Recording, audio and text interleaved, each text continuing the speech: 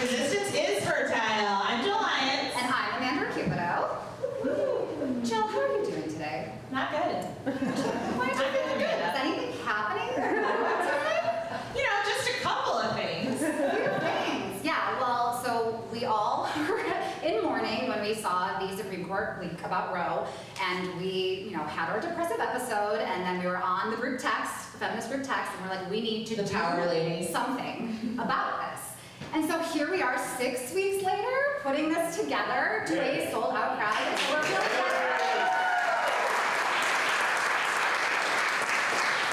So thank you all for supporting. You're going to hear a lot tonight about Midwest Access Project. But before we get started, Amanda, why is this cause so important to you? Oh my goodness. I mean, as a person with a uterus, I think it's pretty obvious why I would like access to healthcare that might save my life. So I'm not a mother. I've actually never been pregnant, but I have tried to for a couple of years and realized in that process how many things can go wrong. Most importantly, ectopic pregnancies, when the embryo implants in the fallopian tube instead of the uterus, which can rupture and a woman can bleed to death, that's important to have that procedure available. You don't always have the opportunity to travel to another state, depending on what the laws are in that area. And even if you have a pregnancy that you really want and you carry it for a couple months and then you have the status of a miscarriage and it's not passing on its own, if you don't have that life-saving procedure, you could get sepsis and again, die. So abortion, say it with me, is healthcare. So that is why we're here today, supporting Midwest Access Project. Jill.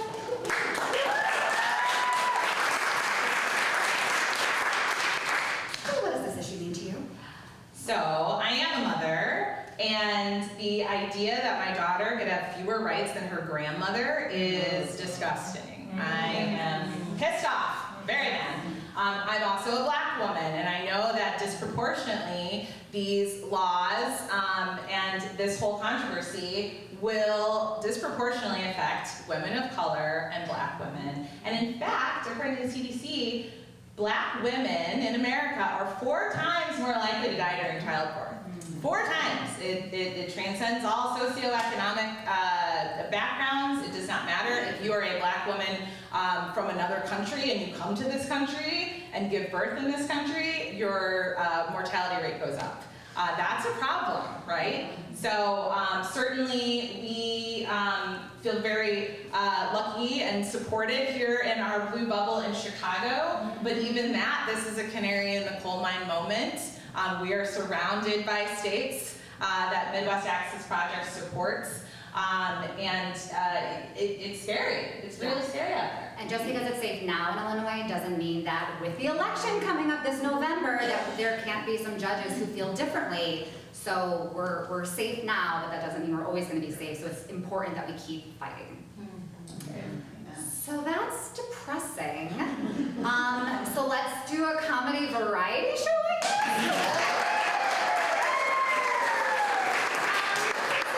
What are we going to see tonight? Oh, we've got a bunch of stuff. We've got storytelling, sketch, stand-up, music, and we're going to hear from Midwest Access Project. You guys have your little forms here. You see everybody's got their flyer. You can take a look there. Midwest Access Project provides critical and important work, including individual clinical training, provider education, and movement building. You can visit them at MidwestAccessProject.org. You can follow them on Twitter. And there's a nifty little QR code here in the corner. So we are raising money tonight, right? Your ticket entrance and all the proceeds are going to support Midwest Access Project, but you can donate more because they need the help and they need our support. Yeah, and you'll hear more from the executive director in a bit. So if you didn't look into this before, there are organizations that help direct patient care. This is filling the gaps in medical training. We have a friend who's a gynecologist in Indiana who is sending her residents hundreds of miles, spending hundreds of dollars to get the training, not even abortion training, like regular gynecological training. So again, abortion is health care.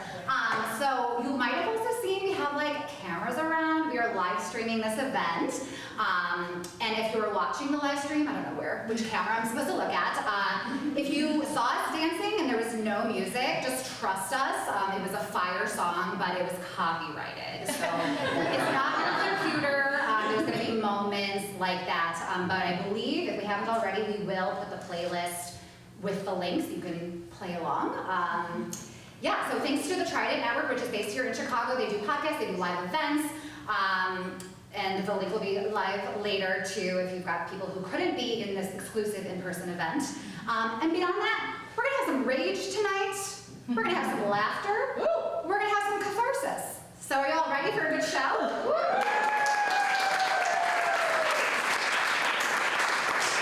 You know who else we have here? We have our first performer. We have Rosamund Lannon. She has pleasantly surprised to have lived in Chicago for almost 2 decades. During that time, she has co-founded live-lit show Misspoken, which is great. Published essays and fiction in places like Vice, Lifehacker, and Lady Churchill's Rosebud Wristlet, and consumed many carne asada burritos. You can find her most places on the internet at Rosamund or riding her bike around the weird Northwest Side. Give it up for Rosamund.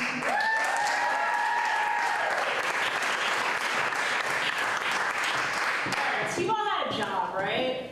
Yeah. All right, cool. So you know that it's a universal truth that a person in possession of a job should have like a friend at work. A work friend. Someone to talk to.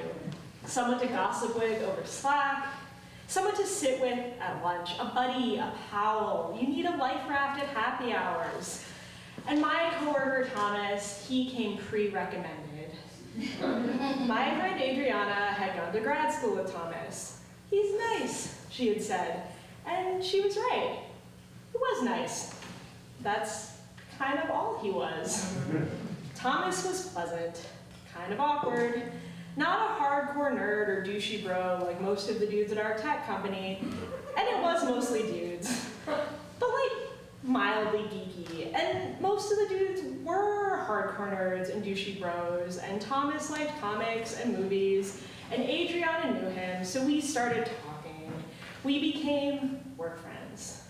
Never work husband and work wife. I didn't want to take it to that level. From the beginning, I saw red flags. Sometimes, Thomas would say things like, "Living in the loop is great." And "I can't wait to move to the suburbs where my wife won't get catcalled." And "I'm Catholic."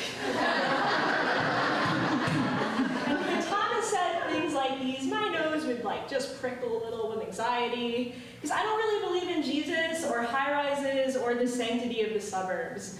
But Thomas was a work friend. He lived in that like emotional gray area where you wonder like, is it really worth it to make this uncomfortable? And so what if he had no sense of Chicago beyond the Magnificent Mile? So what if Thomas was gonna peace out for Naperville once his wife showed him a positive pregnancy test? So what if he was really, really sheltered? We were work friends. We talked about movies. That was our thing. That was the extent of our relationship. But then he wanted to take it further. We ate lunch together sometimes. He convinced me to create a Letterboxd account. He got drunk on a boat at the company outing and asked me if me and my fiance would ever want to get dinner with him and his wife sometime, and I said sure, but I never followed up. And then I felt weird and invited him and his wife to a movie I was already going to with a group of friends because I'm a coward. And they never showed up, and I was secretly relieved, and then work got busy and we didn't really talk for a while. And then work got less busy and we like drifted back into each other's orbit, and our client decided whether they wanted to fund the next phase of the project, which spoiler alert, they didn't, and then I got laid off. We decided our favorite movies of 2017.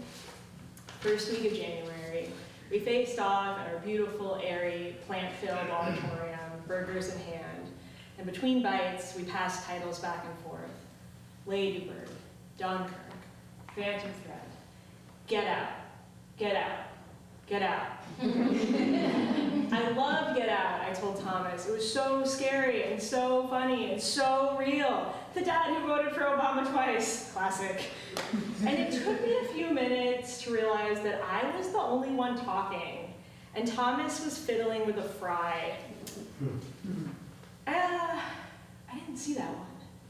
Oh man, it's great. I'm surprised you haven't seen it. Seriously, it's so good. Are you gonna see it soon? Like, we talking like this weekend? No, probably not. Thomas swallowed. What? I thought you liked horror movies. Something in the air had changed. It felt kind of like thick and sticky. I do like horror movies. So why aren't you going to see it? He looked down, crinkling his eco-friendly bag. I don't really see movies like that. Movies like what? You know, political? His eyes darted to the side. Didn't you see Darkest Hour, like, last night? Isn't that about, like, Winston Churchill? Yeah, I'm not really political. Are you serious? Our conversation did not get better after that. I didn't lose my shit. I might have lost my shit. I might have made the following points. One, I was relatively political, and that I voted and volunteered, and felt that in these times it was important to say that this was important to me. It was not that articulate, but that was the general idea. Two, I couldn't believe that he hadn't seen Get Out. Three, seriously, Get Out was a really good movie. Four, wow, he really hadn't seen Get Out? My voice only spiked once, and for this I felt a small amount of pride. But I didn't really know what to say, where to go from here. My work friend was what, a coward? A racist? A giant weenie? We walked back to our desks without a word. I opened my laptop and stared into it like it had the answers. 20 minutes later, Thomas had taken me off his chat contact list. 20 minutes after that, he added me back. 20 minutes after that, Thomas showed up at my desk. Can we talk? Okay. We walked into the Zen Den, a bamboo-lined room designed for meditation because we work in tech and we have things like this. It was empty, which was good because I had a feeling we were not about to meditate. I felt really weird about our conversation, Thomas said.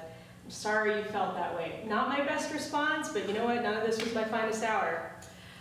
I had an ex-girlfriend in college who used to really rip into me about not being political. I'm not her. That response was pretty good. I just think politics are really tearing people apart right now, and I think that's really sad. He did look really sad. I didn't feel very sad. I mean, Thomas, I'm not going to apologize. Oh, no. I don't think you need to apologize. Anyone walking by would see two constipated white people swaying in a fake bamboo grove, trying desperately to get away from each other, despite standing relatively close.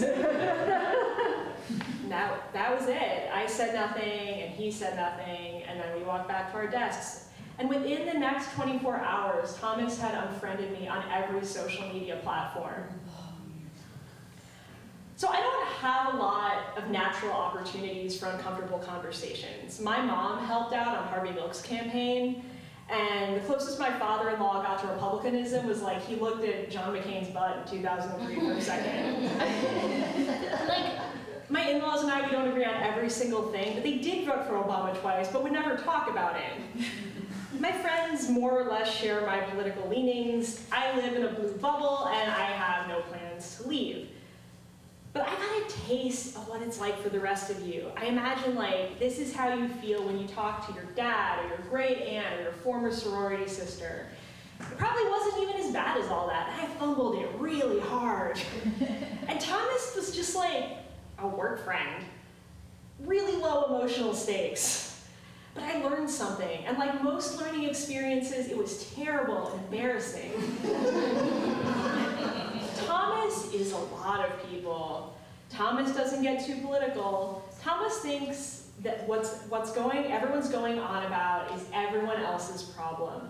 Thomas will move and evade and unfriend until there is nothing disturbing his smooth green lawn of a life. Thomas is not uncommon. And Thomas did me a favor. Not with his movie opinions, those were always trash. He reminded me that we did not enter strange times in 2016. We were always here. Thank you.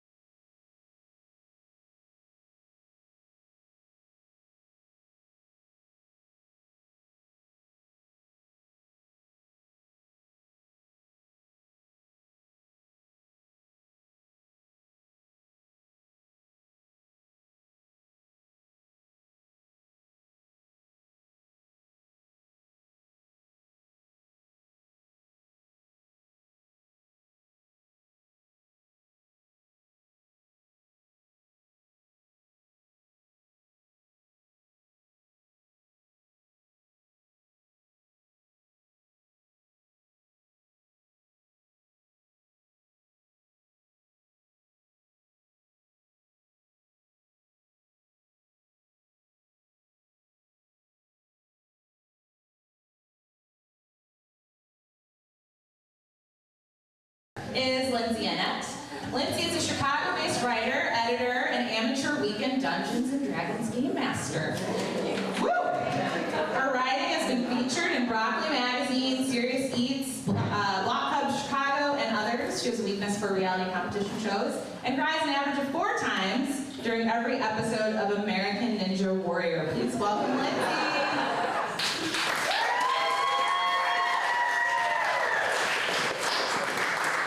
Everybody. It's my first time doing this since pre-pandemic, so please bear with me and the world's smallest phone. I didn't even set an alarm. I didn't need one. I bolted out of bed and put on a brand new hoodie while an alternating soundtrack of jock jams played in the background. This isn't how most people get ready for their big break, but I had been waiting for the chance to appear on Jeopardy for years. And it was gonna look good. I'd fallen in love with Merv Griffin's trivia juggernaut as a kid, rushing home from school to make it home in time for the 3:30 start, maybe even getting a question right here or there. Now, years of reading, months of training, and weeks of putting in work at the gym had prepared me. America was going to see me, and I was terrified. A thing that they don't tell you about going on Jeopardy is that the hardest part of the whole thing is coming up with the pithy anecdote that Alex Trebek and now Ken Jennings and/or Mayim Bialik talks about in your little get-to-know the contestants interview. Most people who are on Jeopardy like to talk about how they collect antique teapots or their recent vacation shenanigans while the host tries to maintain their composure and not break into a condescending stream of word vomit. Oh, the llama stole your hat while you were hiking the Inca Trail? How delightfully quirky. I've never heard a story like that before. And was that the highlight of your experience while you contributed to the slow destruction of these iconic ruins? So when the producers came to me, I suddenly realized that in my 21 years of life, I had done approximately 0 interesting things. No cool collections, no running with the bulls, and in terms of my hobbies, well, binge-watching Top Chef, maintaining an ill-advised friendship with benefits, and attempting to memorize all of Forgot About Dre don't make for outstanding game show contestant interview material. came out like. It was the first time all day I thought about how, despite doing everything right, being charming as hell at the audition, the daily workouts, practicing at home, armed with a pen that I clicked furiously to time my answers, I could still totally fuck this up. I could still say or do something totally embarrassing that could send shame and dishonor upon my family, or worse, be used as a clip on the soup. This was 2010. For the first round, I resorted to the one gag I had in my deck, one that I thought represented me as a person, a sports nut raised in a sports nut household, from Chicago, a child of the late 80s. I was truly a product of my environment, and as such, my first word was Ditka. As in Mike Ditka, as in the coach of the 85 Bears, and one-time possible Senate candidate, and I'd like to qualify this last statement by saying that not too long after this Jeopardy episode aired, I got wise, as many Chicagoans have, to the fact that Mike Ditka is basically what would happen if you gave Donald Trump a job at ESPN, and so this is less funny and more embarrassing now. I would actually like to pretend that this never aired on national television, but anyway. Thankfully, the interview portion was quickly forgotten. I muddled through Double Jeopardy by knowing a lot about the New Testament for a JCC camp attending Jewish and advanced to the next round. There were lots of high fives, celebratory beers, and resisting the temptation to tell everyone what had happened. The dread didn't hit me until the next day when I sat in the makeup chair again. One of the producers tapped me on the shoulder to assign me the wretched task. See, that's the downside of winning. When you win, you have to be on the show again. And when you're on the show again, Alex Trebek needs another TV-ready, bite-sized snapshot into your being to interview you about. As the cold makeup sponge smeared foundation across my face, I tried to think back to something, anything I could use. The weekly karaoke night I attended, my time at the college newspaper. Oh, I could talk about the bar fight I accidentally started but was not directly involved in when I studied abroad. That one didn't feel ready for syndication. Well, the producer offered, what about what you're studying in school? You're a journalism major, right? I go with the story I always thought sounded cool because I was in college and thought stories like this were cool. I became a journalism major because I fell in love with the movie Almost Famous. Like so many other nerdy Midwesterners, I wanted to be William Miller. I was hoping this struck the perfect balance of being interesting enough for the producers, but bland enough to get past Trebek, and we move quickly back to gameplay. So let me get this straight, Trebek says. You want to follow bands around the country. I nod, a beat. So you want to be a groupie. I heard nervous laughter coming from the crowd. I couldn't even respond. Maybe he didn't know what that word meant. Maybe it means something different in Canada. I didn't focus too much on the gaff, though. We had a game to play. And as luck would have it, one of the categories, band names. Look, I know on Jeopardy there's supposed to be strategy and you shouldn't play your strongest categories first or whatever, but now I had something to prove, and I went straight for it. Buzzer a-blazing. This Louisville band found inspiration for its name when frontman Jim James found an old coat emblazoned with the letters MMJ. Who is my morning jacket? Boom. Did either of these lightweights even know who MMJ was? Had they listened to Evil Urges and gotten paid a pittance to review it for their college newspaper? This Chicago-based pop-punk band named themselves after Radioactive Man's sidekick from The Simpsons. I'm feeling cocky now. Who is Fall Out Boy? All those hours driving around in my mom's Buick listening to Grand Theft Auto had paid off handsomely. I ran the category. The crowd showered me with polite applause. I proved, as a young woman who loves music, that I knew my shit and wasn't just following rock stars in doe-eyed admiration. And it was gonna take me to the finals, baby. I was the goddamn Khaleesi of syndicated TV game shows. And what did that putz do? gave the camera a Jim Halpert smirk and said, "See, what did I tell you?" This whole interaction mostly just served as confirmation bias to a widely accepted theory about Alex Trebek, that his mustache was the source of all his power and benevolence, and without it, he was just another syndicated TV game show host. So, I lost in Final Jeopardy, but I still felt on top of the world. I had achieved a childhood dream, checked one off the bucket list, held my own against the other nerds, and would return to Columbia, Missouri a hero. And a hero's welcome I received at first. Friends came in from faraway lands like St. Louis for the watch party. I was interviewed in the local papers and showered in rum and coke. This was college, after all. Classmates I hadn't spoken to in years and relatives who regularly misspelled my name offered hearty mazel tovs. Then came the puking Gatorade hangover, the internet commenters at said local papers who had more to say about my weight than my TV success, and then the groupie episode airing. The Twitter outrage directed at Trebek and at me, the think pieces, the interview requests. When you Google me to this day, one of the items that comes up first is a piece from a reporter I had anticipated, from a reporter interviewing me about this, and I had anticipated being on the soup, but not being in the lead in someone's master's thesis about sexism in music journalism. I got interviewed in an alt weekly, and I'm still embarrassed to read it because I definitely gave some ridiculous answers. Because you know how sometimes you're in college and you think you know everything? People called me groupie at my favorite karaoke bar.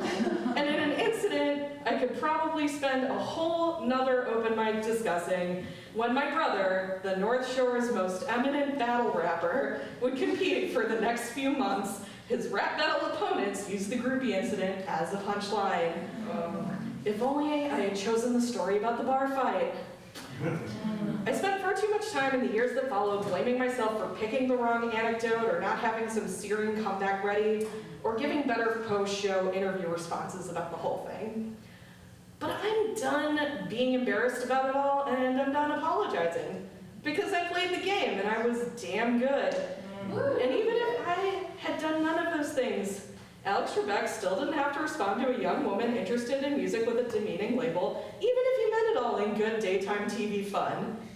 If nothing else, at least in some corners, hopefully this sparked a conversation about sexism in music journalism and issues women face in male-dominated fields, and hopefully about the many messy layers of power dynamics, sex, and fame that feed a loaded term like groupie.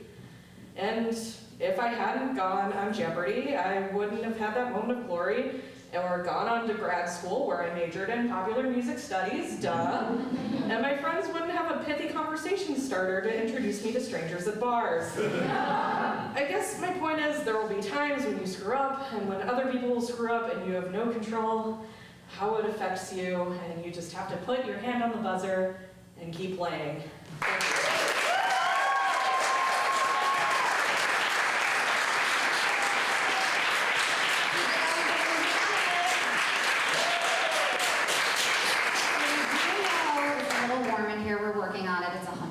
Day, so please bear with us in this very old theater.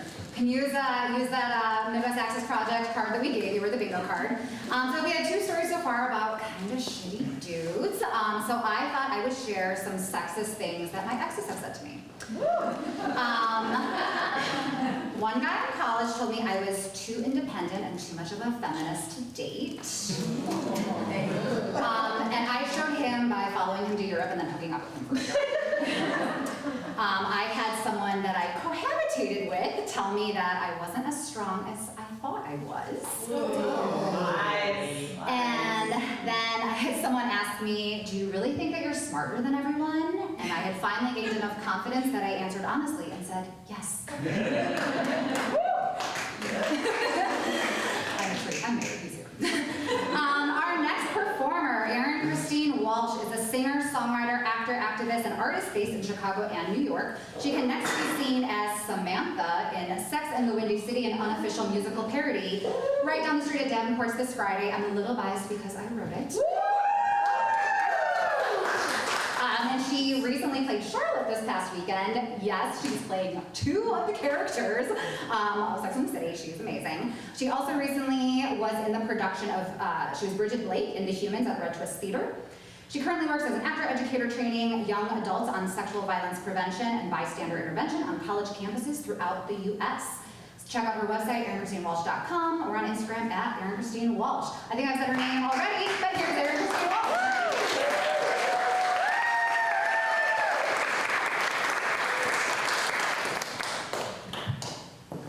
Hello, live people and internet people.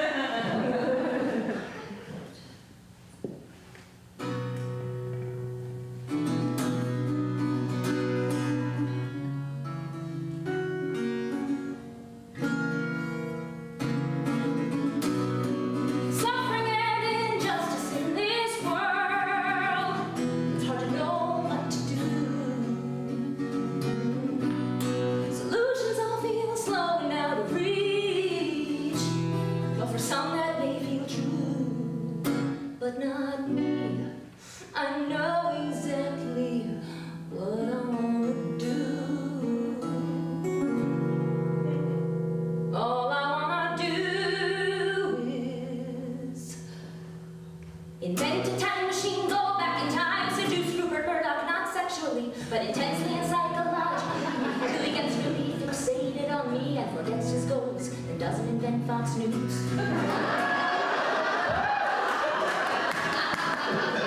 All I wanna do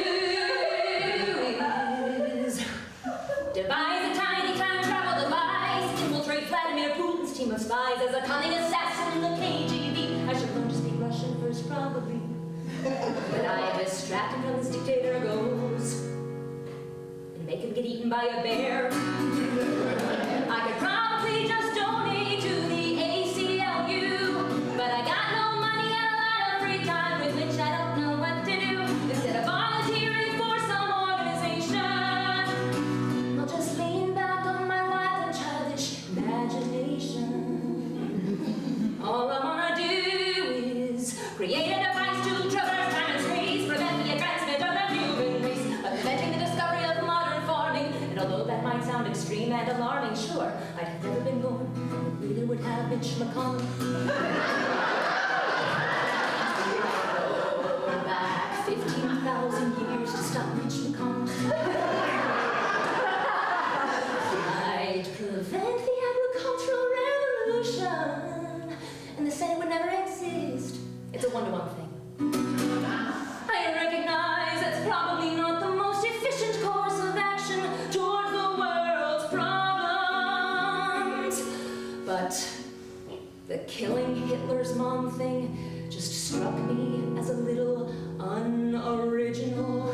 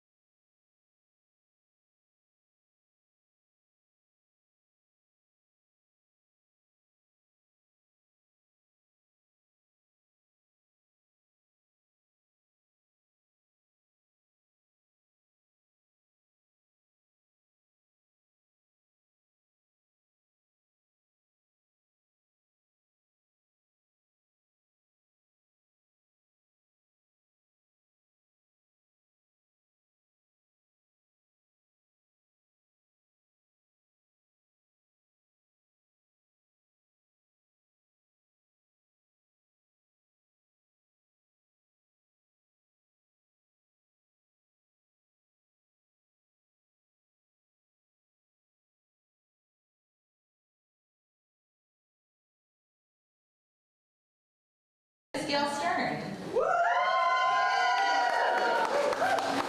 Gail Stern started out as a stand-up comedian and accidentally became a sexual violence prevention educator. She's the co-founder of Catharsis Productions, where she uses humor to teach challenging issues and make the world a better place. Please welcome Gail.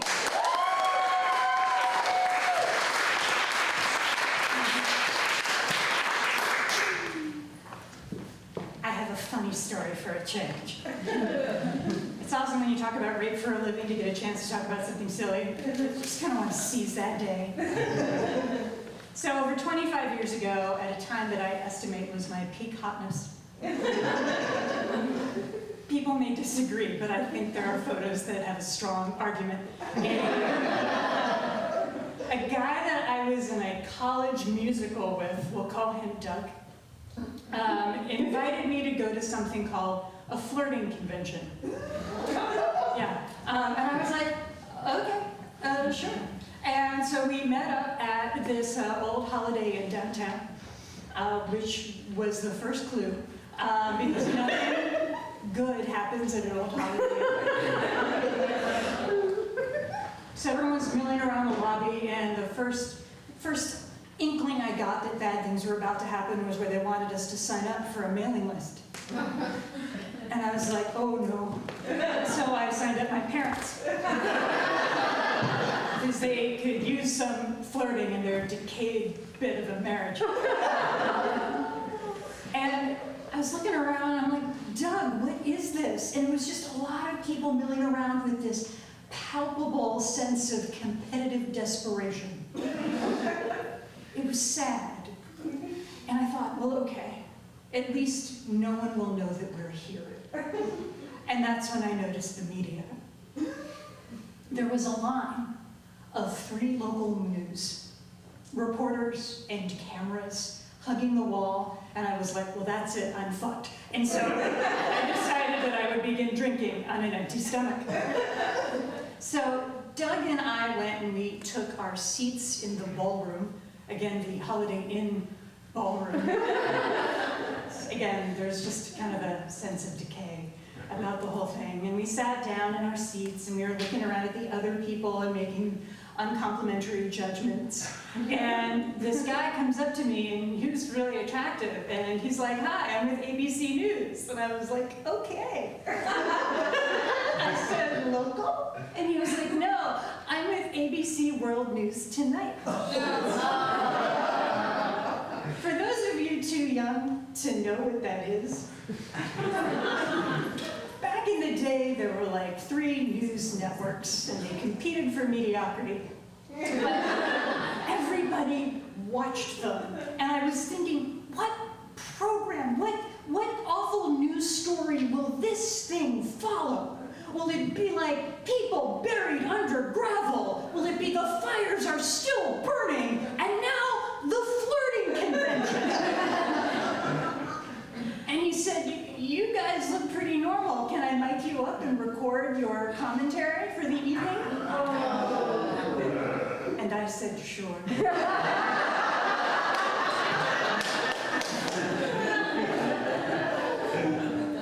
So Doug and I take our seats, me with yet another vodka gimlet. That's what I was rocking.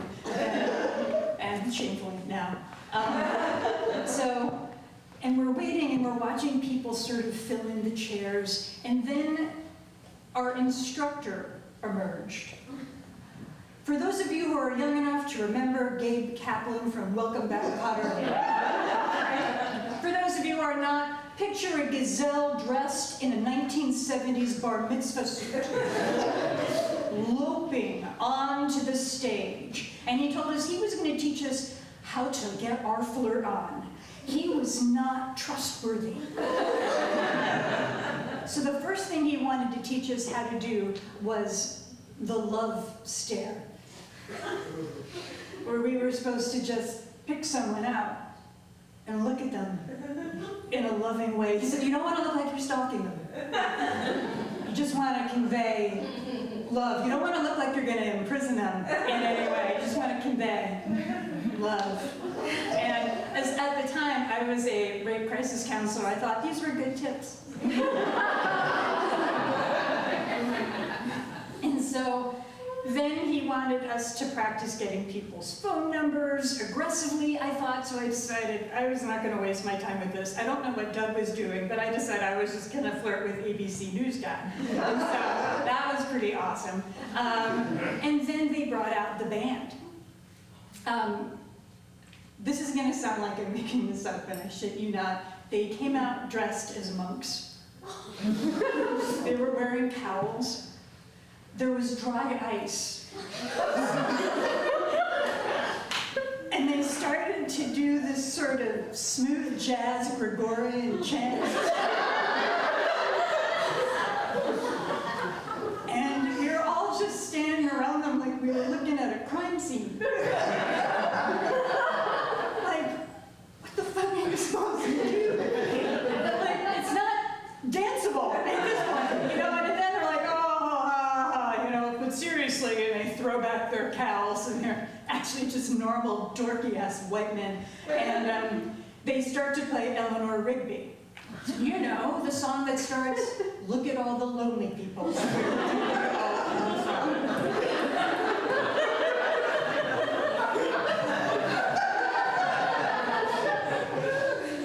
So then Doug, trying to salvage the evening, says, "Can I teach you an obscure form of French swing dancing?" So we did that for a little while, and then I was like, I'm getting another drink, I am finding ABC News guy, and I'm going home. Luckily, ABC News guy finds me, and he was like, "I want you to come with me to the bathroom." And I was like, awesome!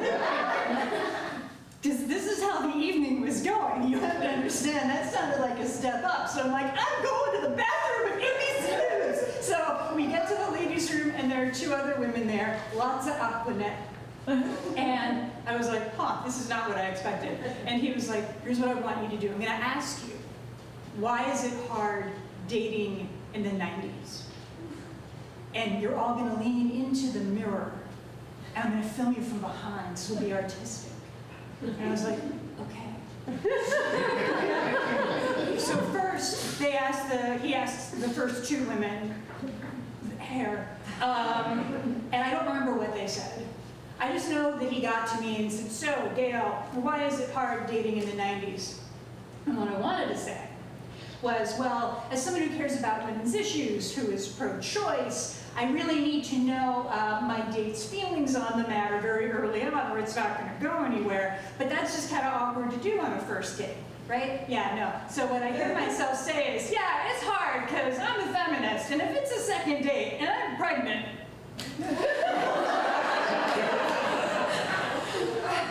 there's just no way to finish that sentence. There's like no way. So I'm like making orca-like sounds, like, you know? Get out of there. I don't know what the hell happened to Doug. And I call my best friend when I get home, and I'm like, "You're never gonna believe what I just did." And he's like, "Gail, your parents are gonna see that." I was like, oh shit. So I called my parents. I explained what happened, and there was this very painful silence. And then my mom said, "You shouldn't drink and go on television."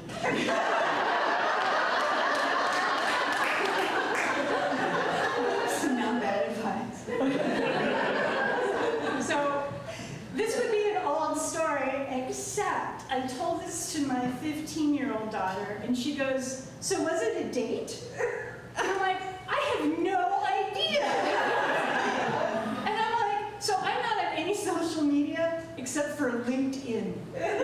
So I write Doug, "Hey, so funny question, you know, like, I'm just curious, you know, like, I told the story to my daughter about the flirting convention, and she wanted to know, was it a real date?" He writes this back. Yeah, this is why I'm not using his real name. "Hi. Lovely to hear from you on any topic, Gail, but this is particularly fun. Here's what I remember. During Fiddler, I felt unique fondness, emotional intimacy, although my 20-year-old self didn't use those terms, and intellectual stimulation. You are wicked smart. Can a Midwestern boy use that term? Supremely empathetic and very easy on the eyes. And I think I felt a sense of safety with you, that you and I could disagree with each other, heighten each other's understanding and thinking, and be committed to respecting and accepting what we heard from each other. It's as if I loved fighting with you, losing, if that even applied, and being wiser because I knew you. Was it a date? My 20-year-old self doesn't immediately say yes or no to the question, but it was certainly hot.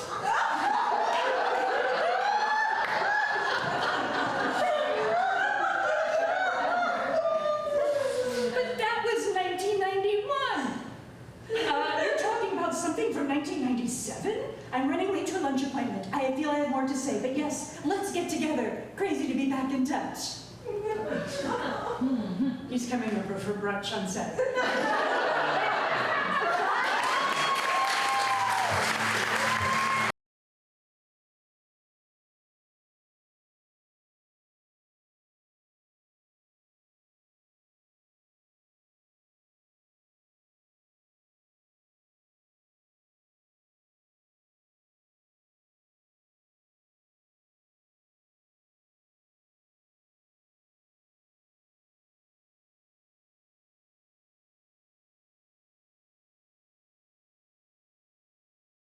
Y'all did not have to throw me a baby shower. I know you're so busy packing up the wagons to go west. I mean, where'd y'all find the time?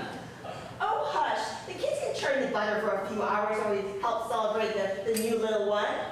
Let's open up these presents before that baby pops out and I have to beat the birth rug again. Okay, here's the first one. Oh, it's a cotton garment button. Read it! Okay.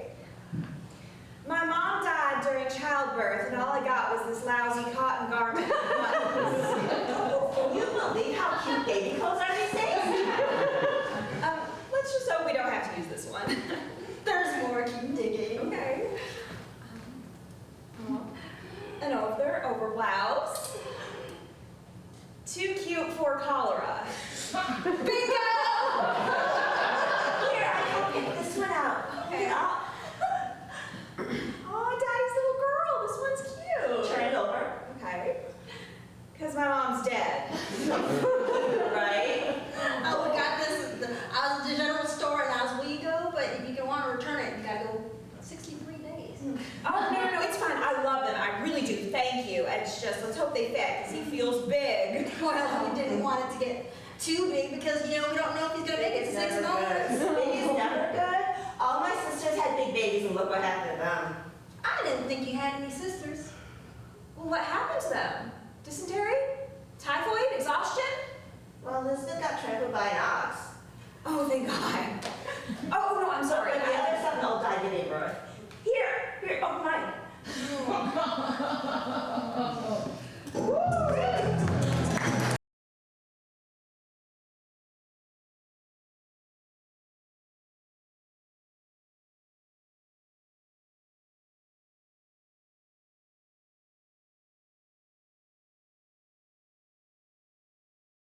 Okay, so we're talking about women's health tonight, so I thought I would share some things that I tweeted to over 5,000 followers about my period.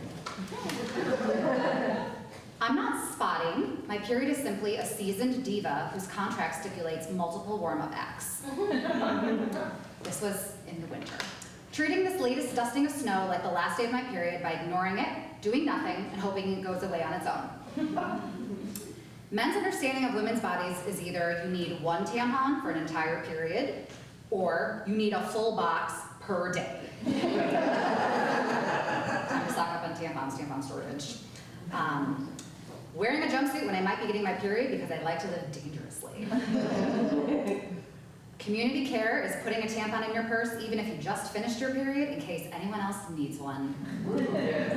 And now I am very happy to introduce someone who knows a lot about community care. It is the executive director of the Midwest Access Project, why we're here, Lynn Johnson.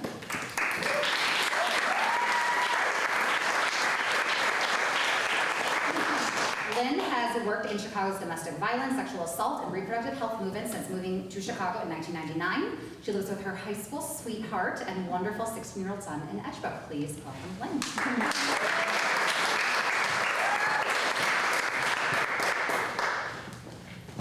Oh, that's a bright light that I'm not used to.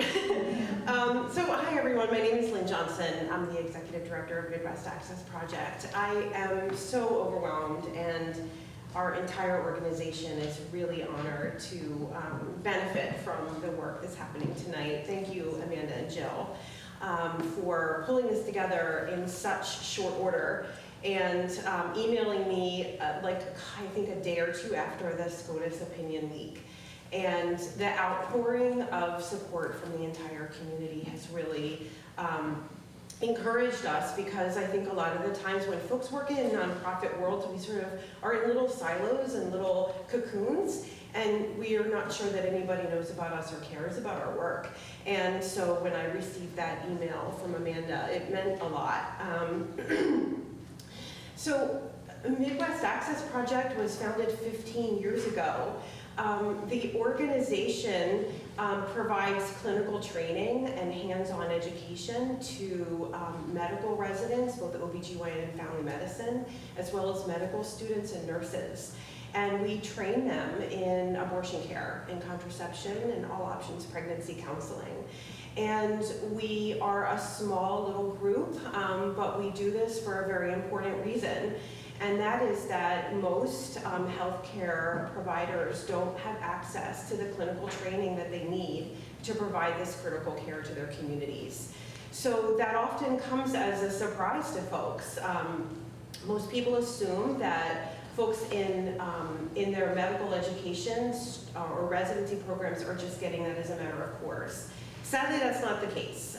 So the truth is that many residents and students and clinicians don't have regular routine curriculum in their programs to talk about contraception and abortion care. There are many institutional barriers to accessing that care, from faculty who don't want to do it to just curriculum that is inconsistent or doesn't have a full breadth of exposure to the care. The more important thing that we always want to let folks know is that there are many residency programs and nursing programs, et cetera, that are affiliated with a religious institution. And that religious institution prohibits the providing of the care or the training in their institutions. And so when you think about all of the hospitals that you see in their community and clinics and outpatient care, is that when they are affiliated, particularly with Catholic institutions, there is no access to information about reproductive health care in those institutions for the most part. So folks who want to get this training have to seek it in their own time. They have to go out and find it. And what Midwest Access Project does is bring together clinicians who want to provide the training with the people who are seeking it.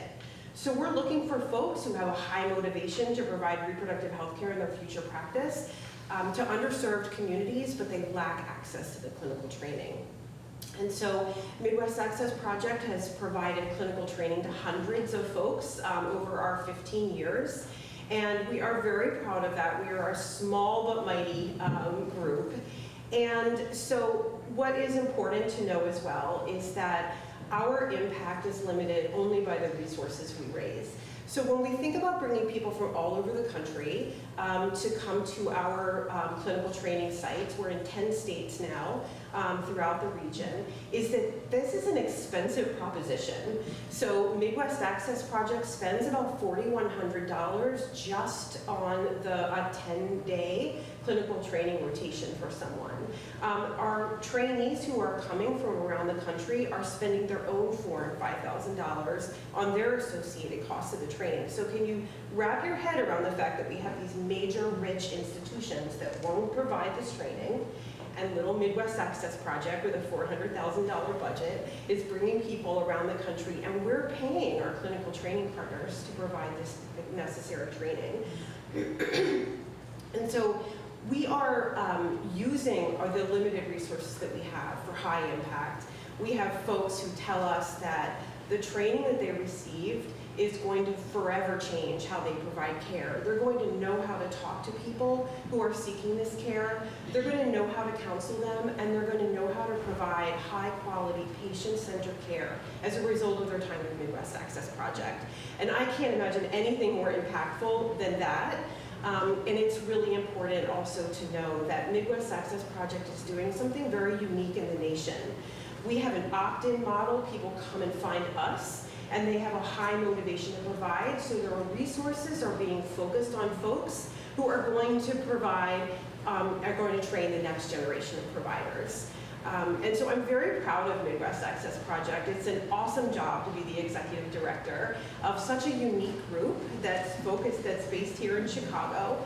And what I wanted to share with you last but not least is that we're all aware that any day the Supreme Court is going to overrule Roe v. Wade. And so we're working really hard to be ready for that. And what that's looking like for us is to open up new clinical training sites in states all around the nation. So Midwest Access Project is moving nationally and away from the region. And we're working to identify clinical training partners who will take our folks. And so on the East Coast, on the West Coast, and all around. We've already lost our clinical training, procedural abortion care in Oklahoma, as you know, and we're expecting several others to fall. However, please know, and this is what I want to, I think, emphasize more than anything else, is that the abortion care community all around the country are the badassest women anywhere.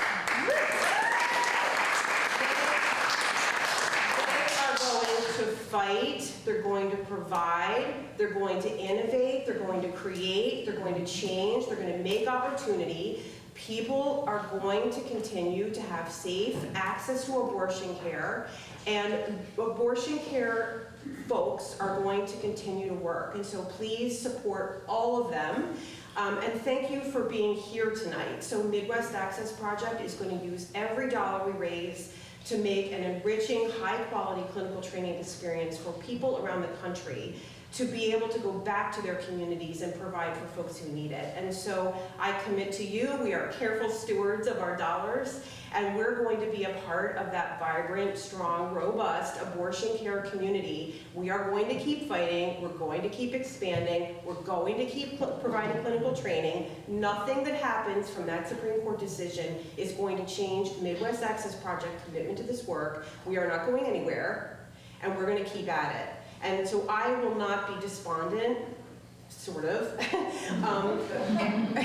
And the only, I can't hand wring, right? We have to work the problem. And we're going to keep at it. And the fact that you're all here tonight encourages me. And it's going to encourage our board and staff to keep at it. So thank you.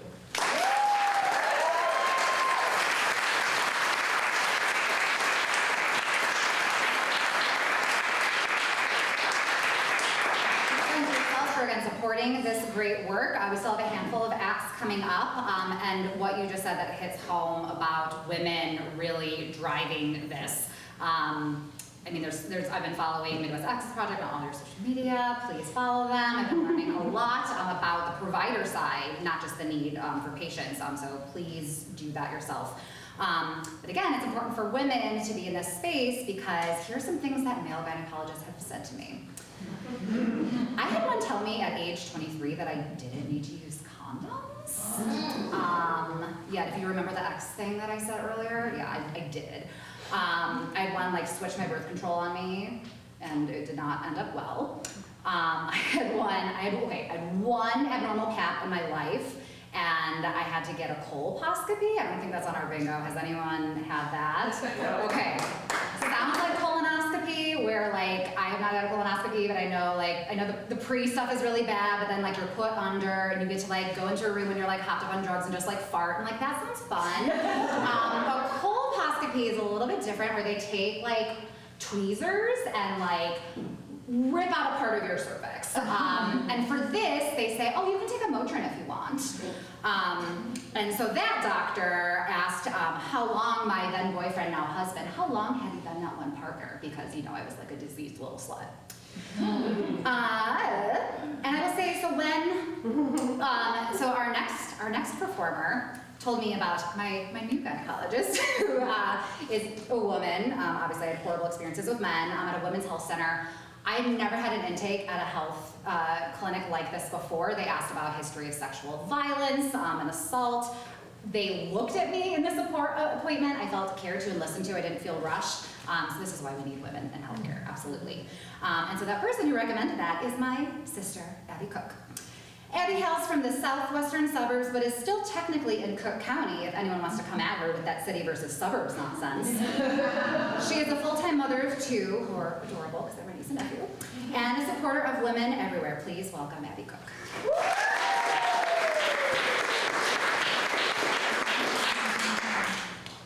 Thank you for that intro.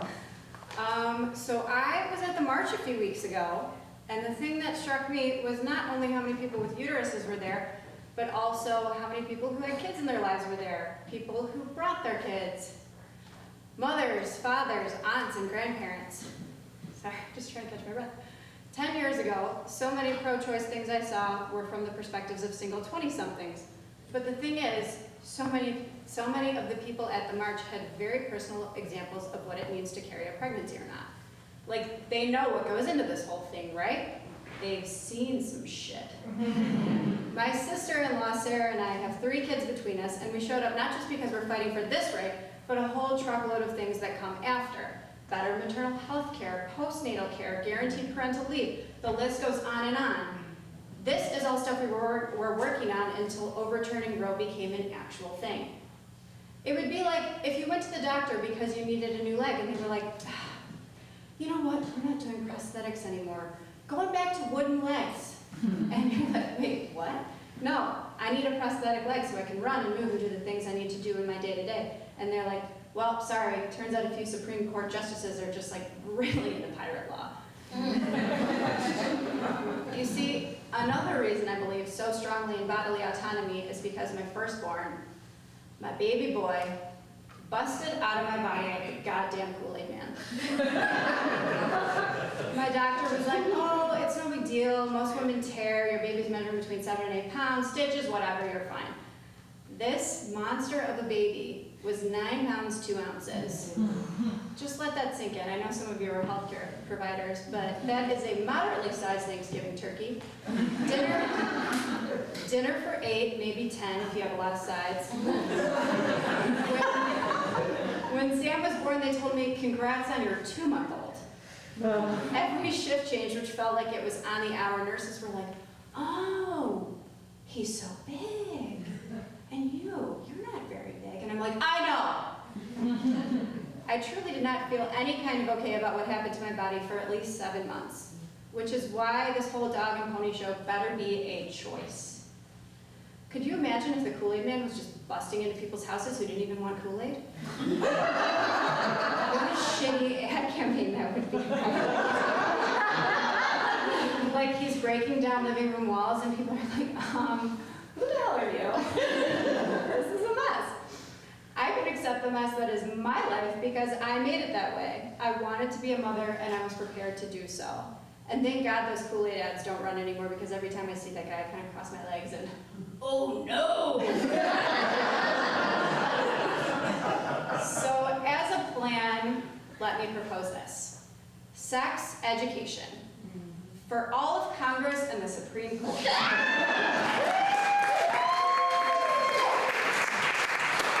Like, we pair them up and they have to watch birthing videos and like take care of a little egg. Justice Alito and Mitch McConnell are partners. One of them has a little baby Bjorn on and they're arguing about who can take the baby in between meetings.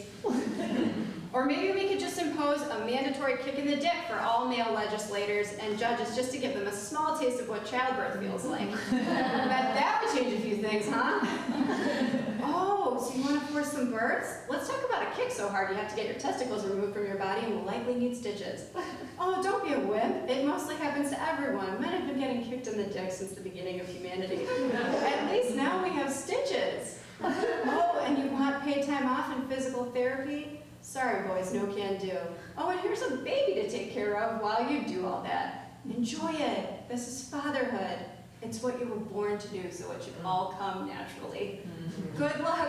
Oh, and God bless America.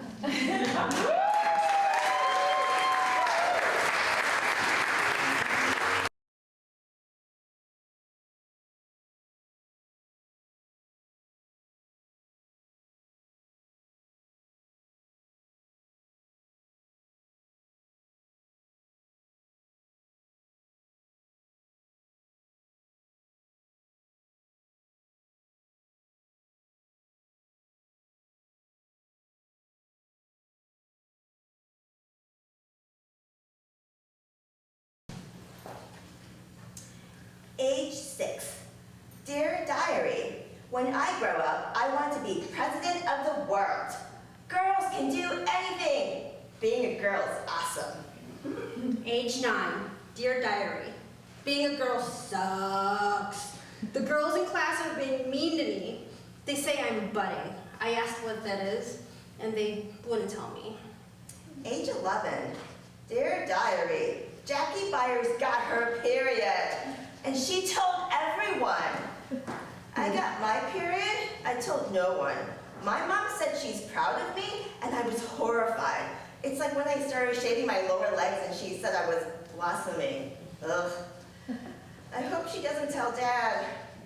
Also, yesterday, Uncle Jimmy said I'm filling out nicely. Oh. I want to puke. Age 15. Dear Diary, I gave a hand job to Ryan Pulaski in the closet at Jamal's birthday party. He said it didn't mean anything, so we're not together or anything, which is totally cool because I didn't really like him anyway, or whatever. Age 19. Dear Diary, finally happened. I lost my V card last night on a mattress on the floor. No box spring. It all happened so fast. We stumbled in, I kicked off my Birks, and he ripped off my North Face fleece. My digital camera went flying across the floor.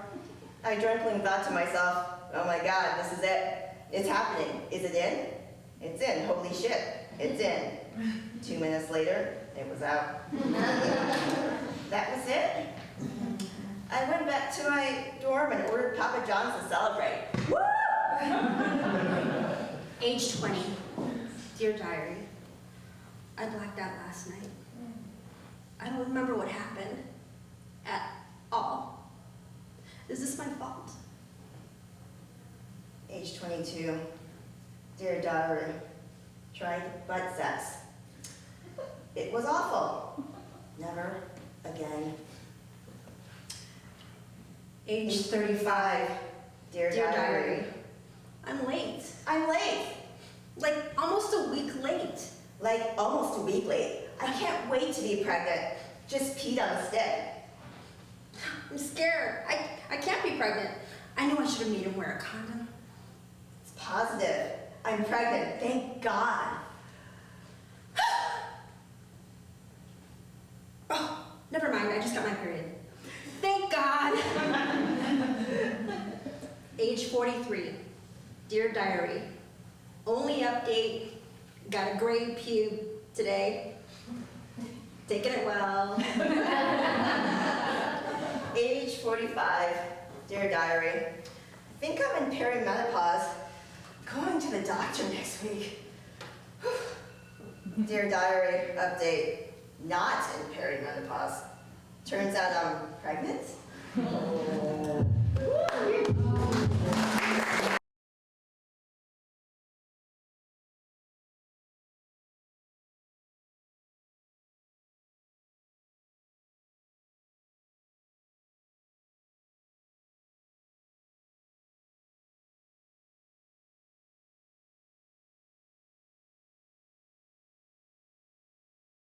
They say Lefty Lucy Righty Tighty is like the universal law. All right, I am going to bring up our host, Jill Lyons, who is a writer, producer, and advertising executive. Her work has been featured in Ad Week on the Second City Network, and she has run shows at the Second City and at Stage 7-3, and she is the winner of the Mary Scruggs Work by Women at Second City.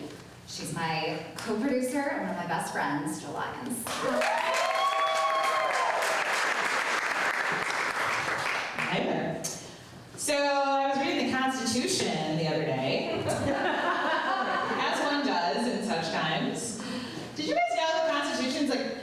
230 years old. I mean, I know we know this, right? But let that sink in for a minute.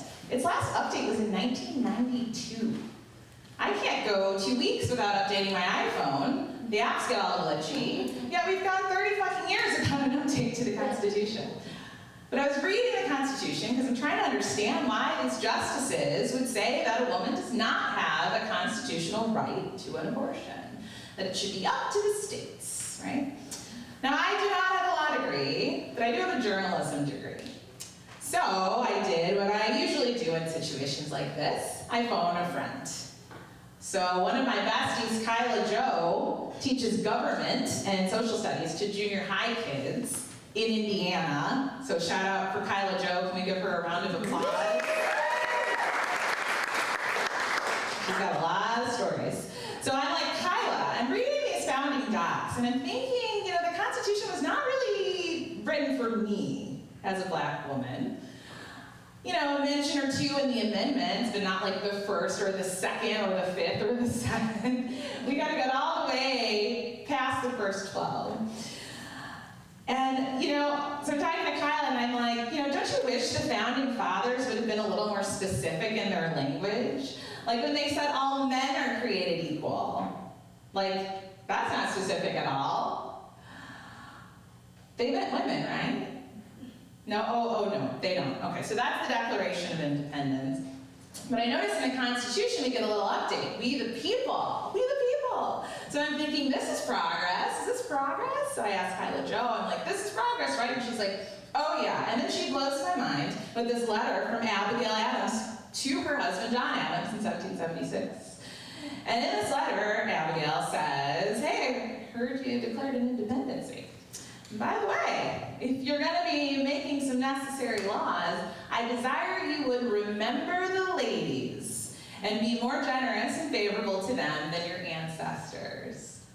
All right, Abigail, remember the ladies. How many of you guys have heard this before? I can't really see a couple of hands. Okay, well, this was news to me. If it ain't Hamilton, I don't know it. So she goes on to say, do not put such unlimited power into the hands of the husbands. Remember, all men would be tyrants if they could. Damn, Abby! It's like more tea than the Boston Tea Party. I don't know. Dropping tea, there's a joke in there. But do not put such unlimited power. Unlimited power, isn't that what this is all about? And I'm not just talking about Roe here, I'm talking about gun control, the environment, immigration, gender identity, the list goes on and on and on. It's about power and it's about control. So Kyla Jo informs me, and she's like, I can't believe you've never heard of this. I'm like, no, I haven't heard of this. I don't know what you're talking about. So Abby goes on to say, if particular care and attention is not paid to the ladies, we are determined to foment a rebellion and will not hold ourselves bound by any laws in which we have no voice or no representation. Right? Give it up for Abigail Adams. Original power couple over here. Abigail Adams was the only woman to be both married to a president and birth a president, John Quincy Adams, later I was learning in my research. Back to Roe. So the 14th Amendment guarantees an American citizen, among other things, a right to privacy. And that's the hook that got us in at Roe v. Wade. Privacy. Isn't that interesting? Abortion is a private matter. So you can have one, but you should never talk about it. Shame, secrecy, discretion. How very American. I think we can do better. Here's how I see it. If you don't think a woman has a constitutional right to an abortion, the truth is you don't believe that women have constitutional rights to make decisions about their own bodies. And if you think that, you're basically saying that you don't think that women should have rights to make decisions about anything. And guess what? That tracks with history. We couldn't even get a credit card or a mortgage without a man's permission until 1974. That was a year after Roe. And we all know what RBG, shout out and moment of silence, said about women making decisions. She famously said, women belong in all places where, say it with me, decisions are being made. That's right. So not being able to make a decision about our bodies, be the reason medical, physical, emotional, financial, psychological, religious, it doesn't matter. A law or a lack of a law that enforces forcing your body to do something you don't want to do or that it doesn't want to do against your will, like forcing birth, well, hell, that kind of sounds familiar. It's unpaid work to carry and birth life into this world. It's called labor for a reason, people, right? It is work. It's also called birth for a reason. That's the moment before, it's kind of like a glorified parasite that will suck calcium from your bones and leave you toothless if it needs to. True story. Forced birth equals forced unpaid work. Working without pay. Where have I heard this before in American history? Have we ever forced people to do work and not pay them? Here too, therefore, and thus. I argue, journalism major, not a lawyer, that forced unpaid labor is unconstitutional under the 13th Amendment, which bans slavery. I am the Black Elle Woods. And if I were whiter, I'd probably sue. Thank you.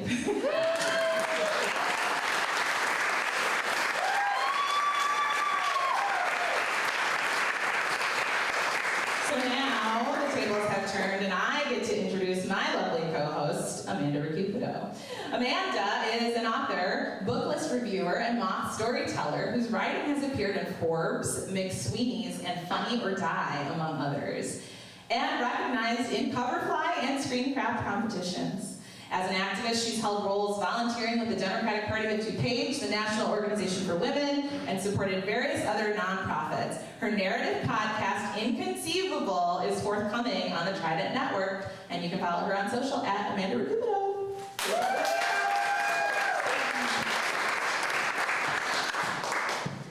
I first learned of hints of sex in early elementary school, and me and my friends soon enough all became obsessed over sharing things that were gross. We didn't really know what sex was yet, the mechanics of it, only that it was gross. We would make up stories of all the things you might do between bodies. When we conceived of the idea of putting a penis inside a vagina, all we can conclude was, isn't that the grossest thing you've ever heard? It was somewhere around here in 3rd grade that we began learning about our changing bodies. Judy Blume did warn us, which, sidebar, I recently watched her masterclass and she spoke about masturbating no less than 3 times, so shout out to the self-love champion, Judy Blume, rub one out for her. In one of the books that my mom took out from the library, I learned that in addition to sprouting breasts and pubic hair and bleeding out of an intricate system of plumbing hidden somewhere inside of me every month for the majority of my adult life, our bodies might feel sensations. I aimed to test this thesis at home, despite not being developed enough yet to fulfill this exploratory desire. I remember checking that my curtains were closed several times. I already knew inherently that this experiment was private. I started touching myself with things. Again, somehow knowing that using my fingers would be worse. So I rubbed myself against one of those toy snakes that pops out of a can. I rubbed myself against the knob of my dresser drawer, which, okay, so this furniture was my great-grandmother's from the early 1900s, so depending on how you're looking at this story, it is either decreased in value significantly or increased. I rubbed myself against the edge of my bed, a pillow. Naturally, because I hadn't even sprouted pubic hair yet, nothing really happened. Well, this is dumb, I thought, and didn't think of it again. My curiosity sated, though disappointed. But the next day, my parents came to talk to me. They sat me down at the edge of the bed that I had surreptitiously fucked the night before. My mom said a neighbor had spoken to her. She said she had seen something through the window. Oh. That she saw a little girl, and then at this point my mother teared up and left the room. What? I asked, my stomach dropping, already knowing what it was. But I had checked the curtains, I was sure of it. My dad stepped forward, not exactly filling in the blanks, but offering a very pragmatic, next time just make sure your windows are closed. My mother couldn't even look at me, and my dad knew. I was what I was afraid to become. I was Gross. In high school, when my more experienced friends asked me if I masturbated, I answered honestly, no, I didn't touch myself. I was still very Catholic and still very good at using Catholic technicalities. The first time I had an orgasm was by complete accident. I was somewhere around junior high, and it was a cold Chicago's winter's night, and my parents were, shall we say, frugal with the thermostat. So I was shivering in bed, crossing my legs beneath the covers to keep warm, and at that age, my legs were still slim enough to have the ability to wrap themselves around both the knee and the ankle. And as I rubbed my body to generate warmth, it resulted in an explosion. I had no idea what had just happened. Did I discover magic? Did people know about this? I wasn't quite sure what I had done, but I vowed to achieve it again. Cut to me crossing my legs over and over again on my bedroom floor for the next few years. And even though I wasn't technically touching myself, ooh, these heels, I knew in some sense that what I was doing, but still employed the mental gymnastics to maintain that I was a good Catholic girl. Even when I sat up from my carpeted floor, leaving a wet, sweaty spot in its wake with my face flushed. I knew around this time that I was becoming something I couldn't stop, a woman. At family gatherings, I would look to my elders for cues. My mother with her legs crossed tight, while my uncle sat with his legs crossed with his ankle atop his knee, his legs forming a figure four, taking up space. I tried to mimic him, moving my own leg across my lap, and instantly felt that airy sensation underneath my dress. So that's why women kept their legs crossed so closely, I thought. Maybe that's why they put us in dresses in the first place, to keep us confined. Or maybe every woman with their legs crossed in public is secretly getting off without you knowing it. It could be happening right now. Womanhood, I was learning, was this balance between the private gross I knew I was and this public, prim, ladylike appearance and behavior I was expected to have. I split like a ghost in its remaining corporeal being, not to be returned together again until, well, much later than I would have liked. At my very first professional job, on my own for the first time, I got a $100 holiday bonus gift certificate, and I went with a girlfriend to Babeland and got myself my very first vibrator. As I handed the card over to ring up my purchase, I thought, I am a professional woman. Slowly but surely, I learned how my body worked, what it liked, how it responded, and as I gained confidence in other areas of my life and accepted and even began to love my body, I was able to share this self-exploration with trusted partners. Everything became better. The shame began to fall away. Pleasure was no longer something I had to keep secret. It was no longer dirty, no longer gross, but celebrated. My relationships grew stronger, plus, I was just generally in a better mood. So fuck the haters who try to shame sexuality and pleasure. Figuring out your own needs is the best way to love yourself and to learn how to love others. It's radical. It's activism. So yes, get out the vote, get into the streets, but first and foremost, just plain get off.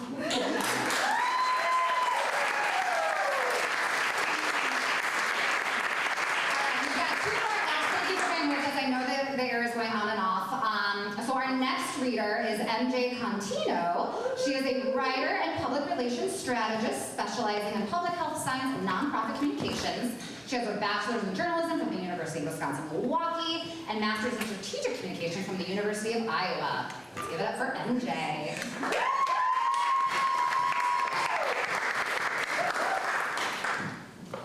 I might want to, well, I'm a little tall. Hang on. I hope you all enjoyed the laughs because I'm going to bring the mood down just a little bit with some deep takes. The patriarchy made me a perfectionist. It made women perfectionists. It made women writers an aggressive breed of perfectionist. Every word I put into this page or on this phone went through a vetting process. I call it my internal thesaurus. And still, I wrestle with this vicious and obnoxious voice in my head telling me I chose the wrong words. Not that the words don't work, but that they could be better. They could always be better. I could always be better. Per my therapist's recommendation, I've been spending time reflecting on the impact being a perfectionist has made on my life. And let me say, perfectionism has gorilla glued itself to every facet of my existence on this messy, burning planet.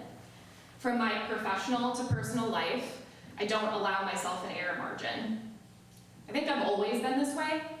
I remember one instance when I was in the 7th grade and I got into a fight with my best friend. We agreed the night before the brawl to wear matching t-shirts and jeans to school for Spirit Week. But the morning of, I decided to wear a denim mini skirt instead. When my best friend saw me the next morning in the cafeteria, she bitterly called me a wannabe popular girl in front of all of our other friends. As a pimply nerd who just desperately wanted to fit in, the comment cut deep. After a few days of giving her the silent treatment, I thought about how we could make up. And that's when I started writing down a script of what I wanted to say. Not a letter, not a text, this was before texting. I wrote a script with various potential scenarios and dialogue tangents that I edited and practiced with my stuffed teddy bear, Mr. Snuggles, and ultimately verbally delivered when I was perfectly happy with what I had written. And I did this to make sure I got all my talking points across as exactly how I wanted them to. I was 13. And that's just one childish example, and may reveal more of my type A personality than it does my perfectionist tendencies. But as silly as it is, it makes me wonder how I got this way. It makes me wonder how so many of my female friends, colleagues, mentors, family members, role models, even strangers on the internet, take so much care to be so unblemished. We'll spend 47 entire minutes drafting a "what are we" text to a mediocre guy from Tinder that we went on 5 dates with. We'll stand in front of our mirrors, applying the perfect combination of skincare and makeup so that we look put together but not too put together. We'll stress over picking the most appropriate combination of exclamation points and periods in our work emails. It's almost debilitating. Sure, to understand why I and so many other women are this way, we could psychoanalyze and dissect our childhoods and mommy and daddy issues and childhood grade school traumas. But as these experiences of feminine faultlessness are so universal, the perfectionism so pervasive, this might be structural. So I think the patriarchy made women perfectionists. How? Well, patriarchal structures aren't designed for women to make mistakes. They're designed with a role for us in mind, a role that we have to play perfectly. And if any innate part of our biology or socioeconomic status or sexuality or identity interferes with the role the patriarchy has defined for us, we have to work that much harder to make up for it. And we already work so hard to have equal opportunities, to be taken seriously, to be heard, to be understood, to have fucking autonomy. And so women sacrifice for perfectionism. We sacrifice pleasure, joy, rest. Sometimes we sacrifice ourselves entirely. I don't mean to generalize, because to be woman can be so many different things to so many different people. And these structural issues become so much more challenging to overcome for women of color, for trans women, for queer women. What I am saying is that we collectively, as women, understand the impossible standards that the patriarchy expects from us, how fucking exhausting it is trying to meet those standards, and how damn near impossible it is to try and change them.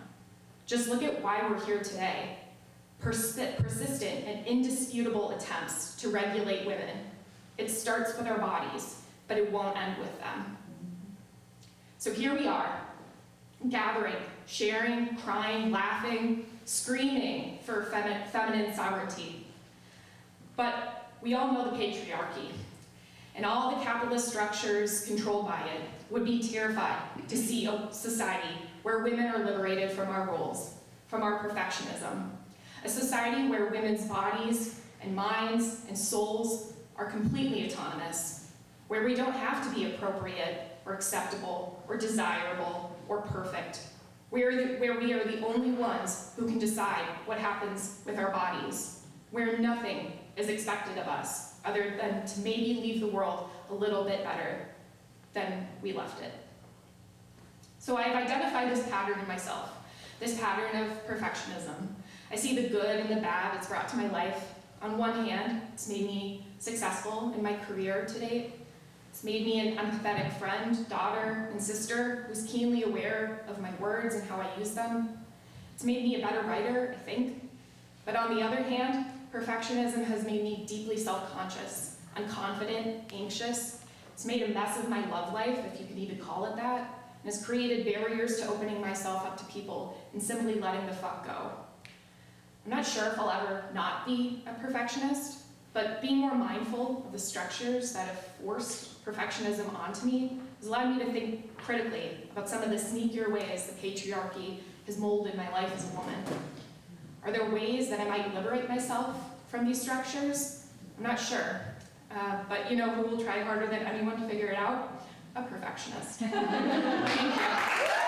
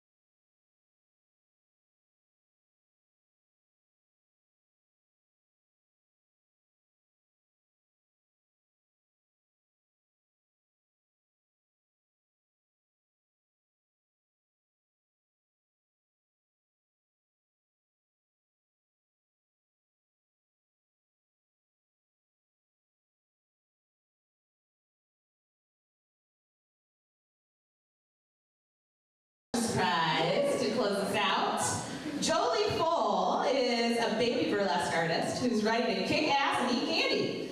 He's been seen taking it off for PS Burlesque, second Saturdays in Comedy Plus in Madison, Wisconsin. Out of the makeup, he loves telling stories, rearranging his houseplants, and playing with his baby blue ukulele. Please welcome Jolie.